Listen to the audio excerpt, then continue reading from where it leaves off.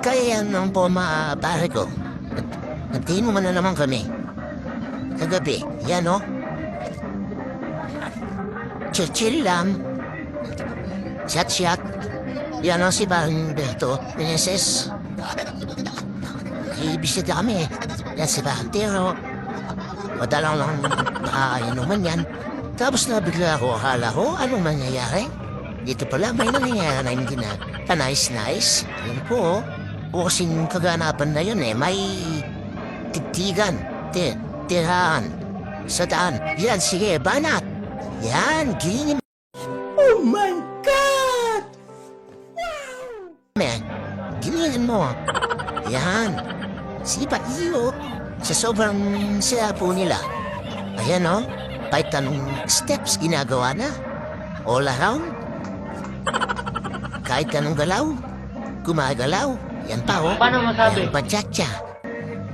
Di ko alam mo anong tawag sa sayaw na yan eh.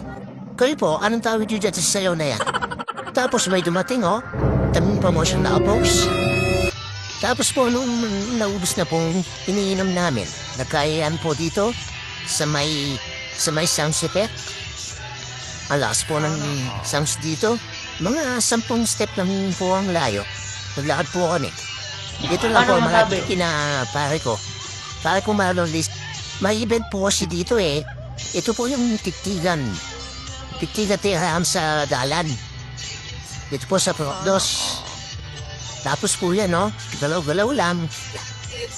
Konting kembot, konting taas ng kamay, sayaw-sayaw. Masaya ng mga boys. Madala lang pong sama-sama ang mga boys eh. Tsaka yung mga pare ko. Yan, no? Doon na si pare kong Marlon, no? Banat ng banat. Hindi na maawa. Mga 11 o'clock na po siguro to nung pumunta kami dito. May konting tama na rin. Ay, wala na sila niya eh. Sayaw ng sayaw. Paano Galaw masabi? ng galaw.